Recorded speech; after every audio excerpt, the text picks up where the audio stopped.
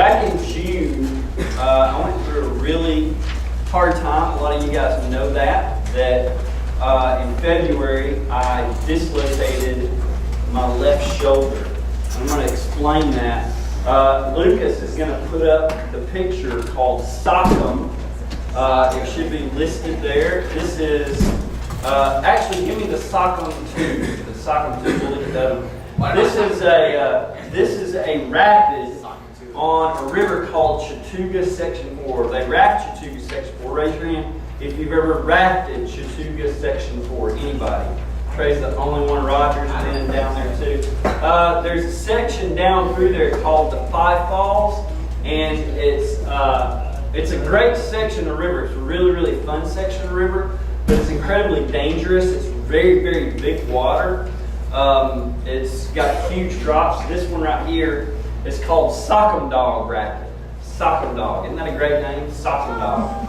And this rapid, that's a regular size canoe. So that's like probably a 9-foot drop or so off of Sockum Dog into this unbelievably churning white water at the bottom.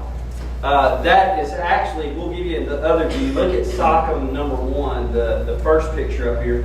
This is a friend of mine, Ben Whittle, who I go paddling with sometimes.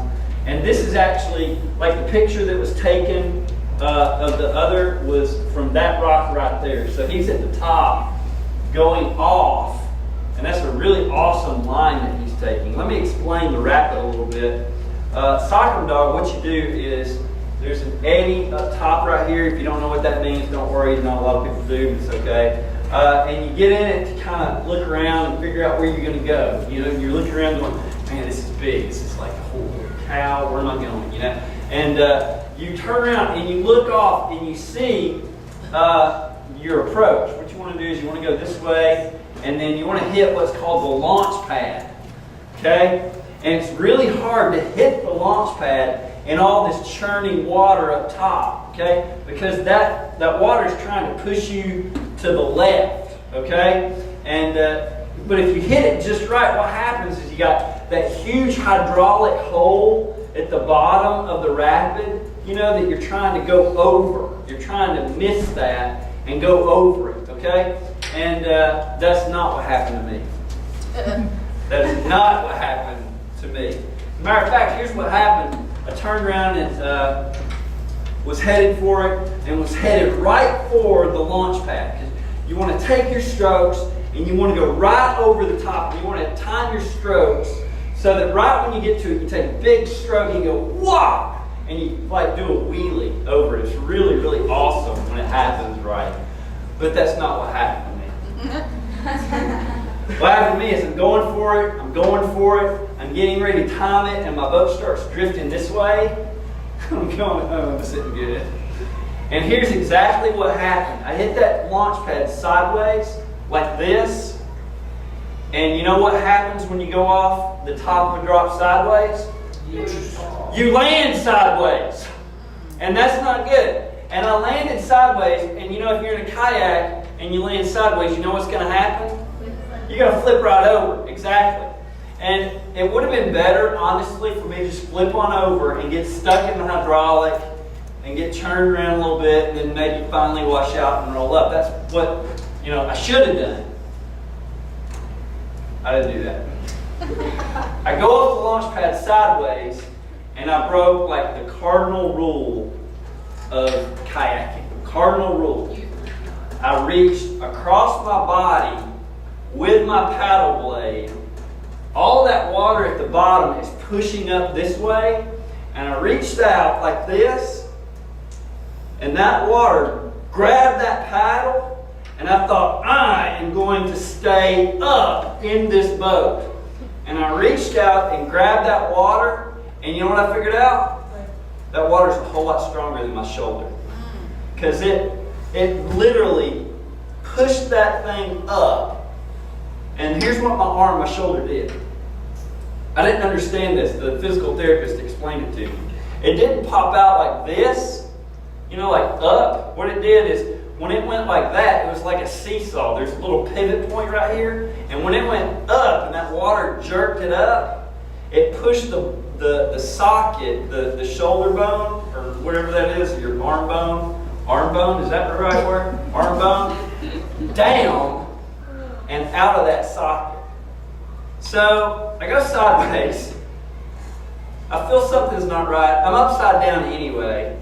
And I'm kind of, getting pushed around underwater and going, okay, this is not where I want it to be. And I go to kind of reach around and get ready to roll up. And I do this, and it looks really funny up, like when I'm standing in front of you to do this. But that's what you want to do, to roll it. Do this, and then whoop out! And then you're upright. It's really, really cool. Like in water. But it does not look cool here, and I realize that. But when I did that, when I went to sit up, I couldn't. Like something wasn't right. And I'm underwater, getting kind of pushed around by all the water down there. And I let go, and I reach over, and I'm like, I'm underwater still. I'm like, that doesn't exactly feel right. And I feel my shoulder down here, and it's just not good at all. So I reach over and I grab my paddle, and when I did, I relaxed this arm. And you know what happened when I did that? I felt my shoulder go bloop, bloop, and went right back into place. Oh, I was so thankful. Because that water was kind of cold in February, and I didn't want to go for a swim. And it still hurt, but I was able to whoop out, roll up and get over the side. And when I got over the side, I went,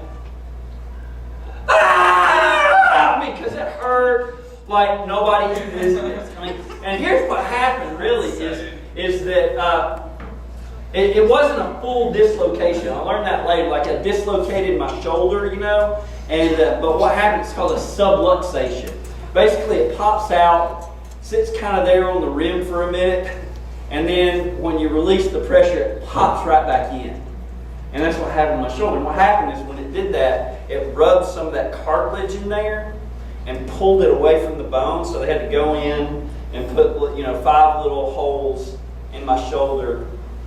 I have a really awesome picture of me on Facebook with a big bruised shoulder, right after the surgery. So, and it hurt. Here's the problem, guys. Here's the problem. When I reached out and I tried to keep myself upright, that water pushing on that blade, I was thinking, maybe not, I didn't, because I didn't have time to really go through it in my head, but the attitude that I had going into that was, I'm going to push and I'm going to keep myself up. When probably what would have been better is for me to turn that blade, keep my elbows in, and just submit to where the water was taking me. Just surrender and give up and go where the water was taking me. And when I got through that, I would have not had all those months and months of problems with this shoulder that I had. That's a lot like the way we relate, I think. Maybe even if you're not a believer in God, to God, in coming to Him initially. And it's probably the way, if you are a believer in God and you have been walking with Him and you have that relationship with Jesus, that may be the way you relate to Him now in different aspects of your life. You're trying to push against